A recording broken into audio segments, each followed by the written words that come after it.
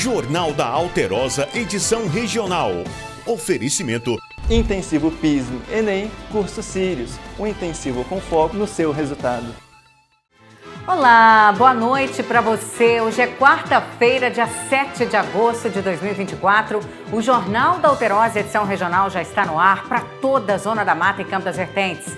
Quer ficar bem informado? Então fique comigo.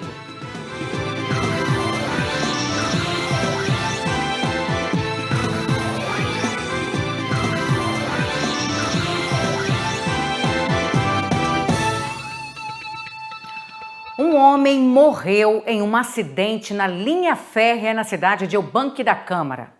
O idoso morreu após o carro que ele estava ser atingido por um trem em Eubanque da Câmara. Esse acidente aconteceu em uma passagem de nível que não possui cancela para controle do trânsito.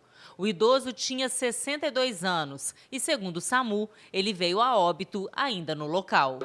Lamentavelmente, esse acidente aí sendo registrado na linha férrea na cidade de Eubanque da Câmara, provocando a morte desse idoso aí de 62 anos de idade. As imagens aí logo depois do momento desse acidente que a nossa equipe de jornalismo recebeu aqui na TV Alterosa, indicando aí o tamanho, né, a brutalidade desse acidente que acabou vitimando esse senhor de 62 anos na linha férrea, mesmo em cima ali na cidade de Eubanque da Câmara. E olha só, gente, o Ministério Público de Minas Gerais deflagrou nessa terça-feira a Operação Raio X, que cumpriu mandados de busca e apreensão contra um médico investigado por falsificar e fazer uso indevido de marcas e logotipos de entidades públicas. Pois é, os mandados eles foram cumpridos em Presidente Bernardes, Viçosa, Ubá e Coimbra.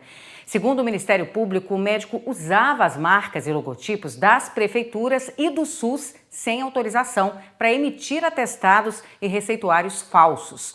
Durante as buscas, a polícia encontrou receituários em branco com o timbre da Prefeitura Municipal de Piranga, carimbados e assinados pelo investigado. Esse material aí, em tese, seria usado pela esposa do médico. Os dois foram conduzidos para a delegacia e vão responder pelos crimes de falsificação de selo público. Nós tentamos contato aí com a Prefeitura de Piranga, mas não tivemos retorno, pelo menos até o fechamento desta edição. Tá? E, portanto, essa operação sendo cumprida aí, né, na cidade de Piranga por causa desse uso indevido aí dos logotipos das prefeituras da cidade por esse investigado. E olha só, gente, uma mulher foi presa por porte ilegal de arma de fogo. Isso aconteceu em uma fiscalização de trânsito na MGC 120 em Dona Eusébia. A arma de fogo foi encontrada dentro da bolsa da mulher de 48 anos. Além da arma, foi encontrado um carregador com 8 munições intactas. A pistola estava carregada, pronta para uso. De acordo com a Polícia Militar, a mulher estava com um homem de 44 anos que conduzia a caminhonete. Eles teriam chamado a atenção dos militares pelo nervosismo apresentado durante a abordagem. A mulher teria confessado que estava carregando uma pistola dentro da bolsa. Ainda segundo a PM, a mulher disse que estava com arma de fogo porque estava viajando há vários dias, mas ela não tem porte. A mulher é de Dom Eliseu, no Pará. Ela teria ido a Dona Eusébia comprar plantas ornamentais. A paraense foi encaminhada à delegacia de Leopoldina e o material foi apreendido. O motorista e o carro foram liberados. Pois é, pelo que a gente viu ali nas imagens, dentro da bolsa pessoal mesmo da mulher, e não tem jeito, né? Quando apresenta esse nervosismo, a polícia já sabe como agir nesse tipo de abordagem. Desde o dia 1º de agosto, está em vigor uma portaria que mudou as regras para exames toxicológicos para motoristas profissionais. Pois é, gente, o levantamento feito por um laboratório que aplica estes testes mostrou que dos exames feitos até agora, a imensa maioria dos resultados positivos aponta o uso de cocaína. Olha só. É chocante, feito por um caminhoneiro que há 40 anos ganha vida nas estradas do país. A cocaína está em todo lugar, muita gente. É mais fácil achar cocaína nas beiras de estrada hoje do que a ribite. Tu chega de madrugada nos postos, aí já tem os caras lá riscando isqueiro.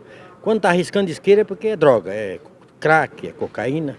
O que o Marildo conta acaba de ser detectado já nos primeiros dias de vigência da portaria que tenta apertar o cerco aos motoristas que consomem drogas psicoativas e vão para o volante.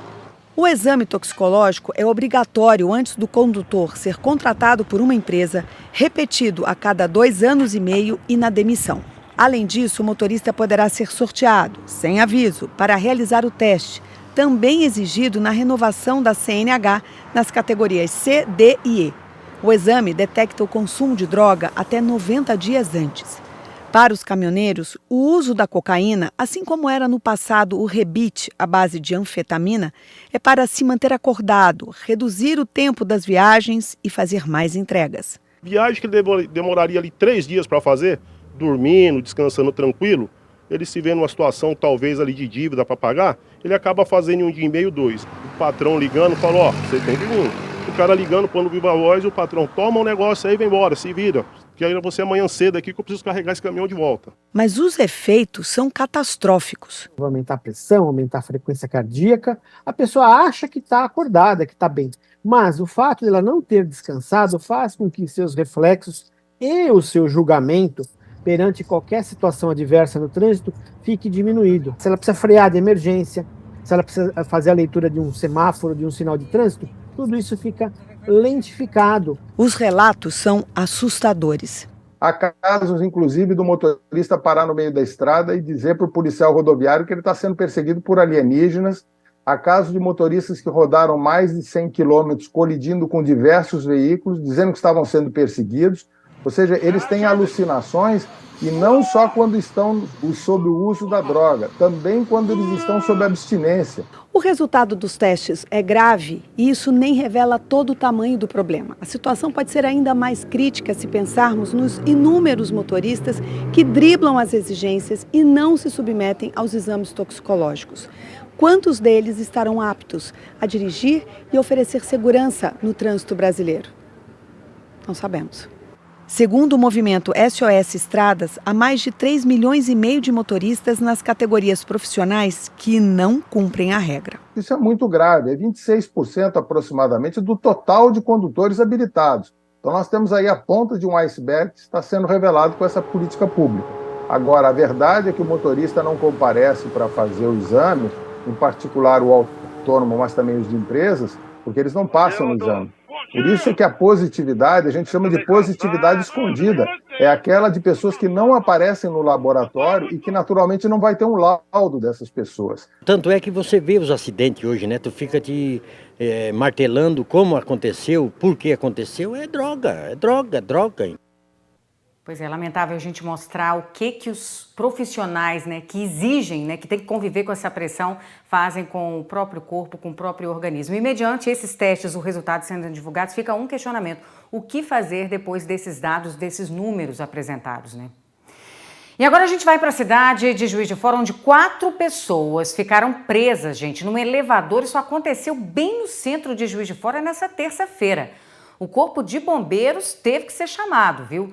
E de acordo aí com as informações dos militares, o elevador ele desceu normalmente em direção ao térreo da galeria, mas ao parar não abriu. Nas imagens é possível ver a porta ali completamente travada.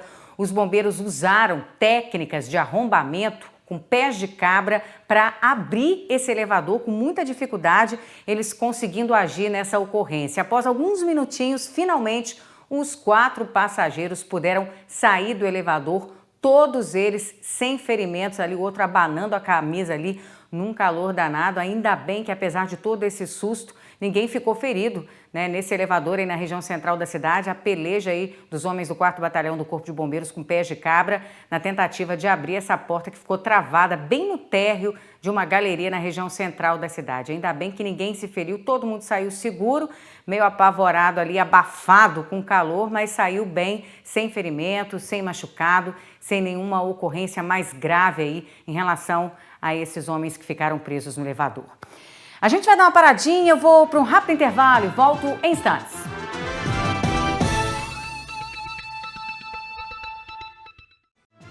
Já estou de volta com o Jornal da Alterosa, edição regional.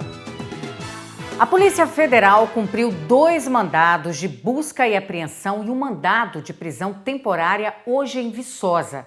As investigações tiveram início a partir da prisão de um motorista que transportava, gente, cerca de 41 quilos de maconha na BR-267 no dia 25 de junho deste ano. O proprietário da droga foi identificado e preso.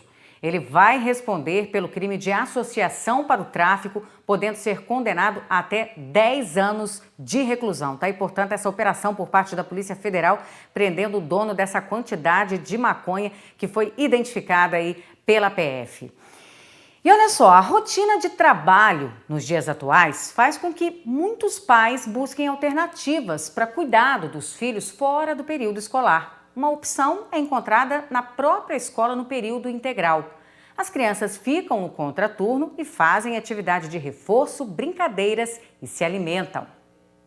Liliane trabalha 8 horas por dia e precisa cuidar do filho Isaac, de 8 anos. Só o período regular na escola não atende a família. A alternativa encontrada foi matricular a criança no integral. Nós trabalhamos, eu e meu marido, nós trabalhamos, e aí ele vem para o integral, né? Eu venho junto com ele, ele brinca bastante, ele aproveita com as crianças. E aí, quando chega em casa, por conta de não ter mais essas tarefas, né, do ensino regular a fazer, acaba que a gente tem um tempo de qualidade maior em família também. Então, isso é um dos motivos mais legais, né? Porque a gente consegue aproveitar esse tempo de estar mais perto, de estar fazendo outras atividades com ele, voltada para ele, né? Você gosta de estudar aqui no tempo integral, de fazer amigos? Sim. Além das brincadeiras, durante esse período, os alunos têm reforço escolar. Eles fazem na própria escola os deveres de casa. Isso não só contribui para o desempenho dos estudantes, mas também ajuda os pais que trabalham em tempo integral. Como tem um reforço mesmo, ele teve um desenvolvimento muito grande nessa questão, né, das atividades, das provas, das notas, melhorou muito. O integral ele tem o objetivo principal de trabalhar o ser integral, né, mente, coordenação motora, né, a parte de conteúdos vividos, né, cotidiano, né, na rotina escolar. Então, para eles o impacto é sempre positivo e aproveitoso também. O tempo integral é uma alternativa para a rotina corrida das famílias. Os pais buscam aqui um lugar seguro e que contribua para o desenvolvimento das crianças. A partir de uma demanda das famílias, visto que na situação familiar atual, muitas vezes o pai, a mãe trabalham, os responsáveis trabalham, então a gente visou atender essa demanda, de forma que os estudantes pudessem estar num local seguro, tendo um ensino de qualidade, desenvolvendo mesmo atividades lúdicas e tendo uma alimentação bacana.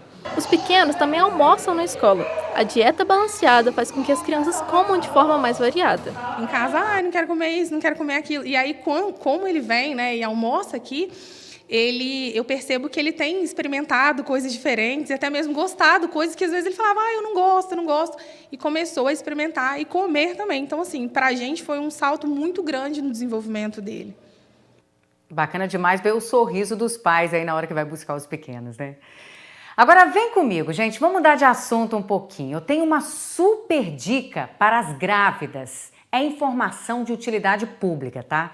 A Unimed Juiz de Fora vai realizar o primeiro encontro de gestantes aberto e gratuito para toda a comunidade. Ou seja, você não precisa ser cliente Unimed para participar do evento, que vai abordar temáticas importantes sobre o pré-natal e o pós-parto. O encontro ele vai acontecer no dia 17 de agosto, um sábado, das 8 horas da manhã à 1 da tarde, lá no Moinho, na Zona Norte. Se você se interessou, mira a sua câmera aqui, ó, nesse QR Code e faz a sua inscrição, que também é de graça. É tudo de graça, gente. Mas fiquem ligadas, porque as vagas são limitadas e toda grávida tem direito aí a uma acompanhante. As interessadas podem também fazer inscrição pessoalmente, direto em UBSs da Zona Norte da cidade. Então, aproveita essa oportunidade, tá bom? Um homem de 34 anos de idade, ele foi preso, isso aconteceu na cidade de São João del Rei, pela prática de crimes ambientais. Ele estava ateando fogo, gente, em uma mata nativa. A polícia militar, ela foi acionada após uma testemunha denunciar que viu esse homem provocando o incêndio. O crime aconteceu na Serra do Lenheiro, que é uma região de mata nativa lá em São João del Rei. O autor do incêndio confessou o crime para os militares e ainda confirmou ser o responsável por outros incêndios, viu?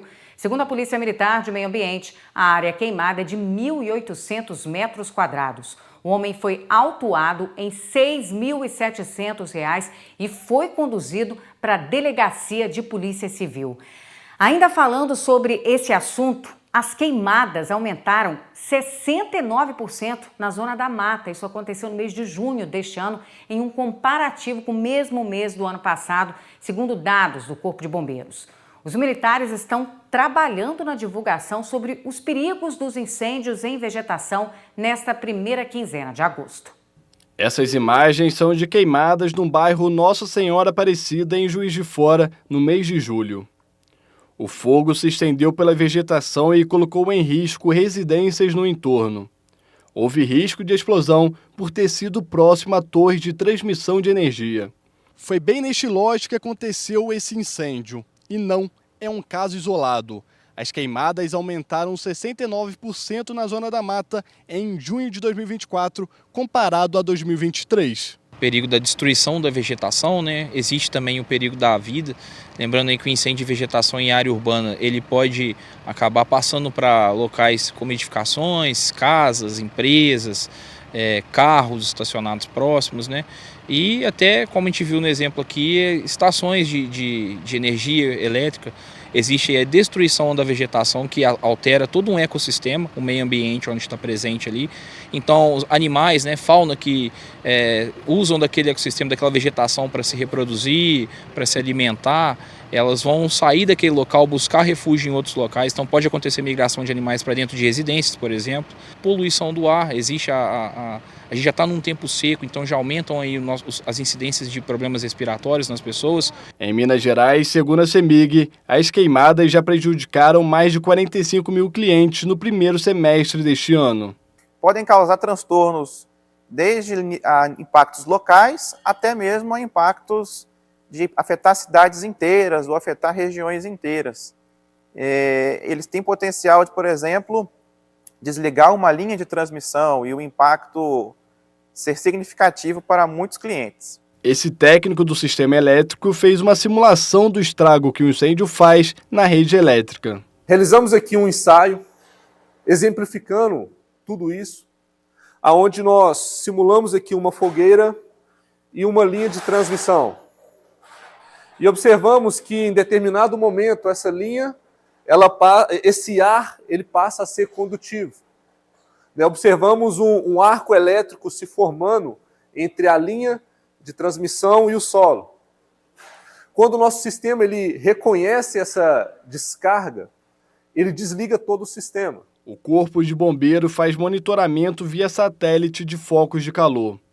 A partir do levantamento, é possível saber onde está pegando fogo e por onde começou. Esses focos de calor são registrados através de diversos satélites que ficam na nossa atmosfera e dessa forma eles fazem o registro do foco de calor com base em um horário. Então a gente pegando o banco de dados aí de onde foram registrados os focos de calor e cruzando com os horários onde houve registro, a gente consegue ver a propagação do incêndio, ou seja, de onde ele saiu. O foco que é intencional, se alastrar além do que era previsto, são, às vezes, focos de incêndio que surgem por pequenas fogueiras que são deixadas para trás, que não são corretamente apagadas, e aí o vento carrega essa brasa que, em contato com a vegetação seca, faz alastrar. Então, são várias situações aí que, por causa de ação humana, surge uma ocorrência aí que pode ter um potencial altíssimo para o sistema elétrico e para a população. O incêndio leva perigo à vida, à integridade física ou ao patrimônio e é crime previsto no artigo penal. O ato de causar incêndio, ele pode ser enquadrado em diversos crimes. Os principais, que são mais comuns a gente enquadrar, é a Lei de Crimes Ambientais, né, e o Código Penal, que é colocar fogo com risco à vida. São os mais comuns. Mas a pessoa pode ser enquadrada aí dentro do Código de Postura do Município, que tem alguma legislação que prevê aquilo. Existem leis, por exemplo, gerar poluição, destruir fauna, destruir vegetação. Então, assim, a pessoa, ao colocar fogo, ela pode estar incorrendo não em um só crime, como vários. Só reforçando o número do Corpo de Bombeiros pelo 193.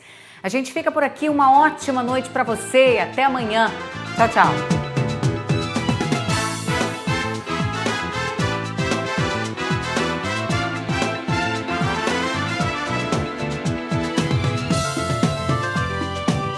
Jornal da Alterosa, edição regional. Oferecimento Intensivo PISM, Enem, Curso Sirius, um intensivo com foco no seu resultado.